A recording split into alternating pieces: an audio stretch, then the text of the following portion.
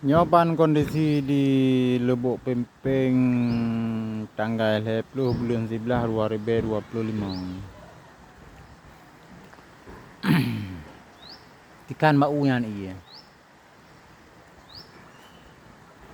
Ni padi belang mahala. Padi hana je pakai rumah kabencu.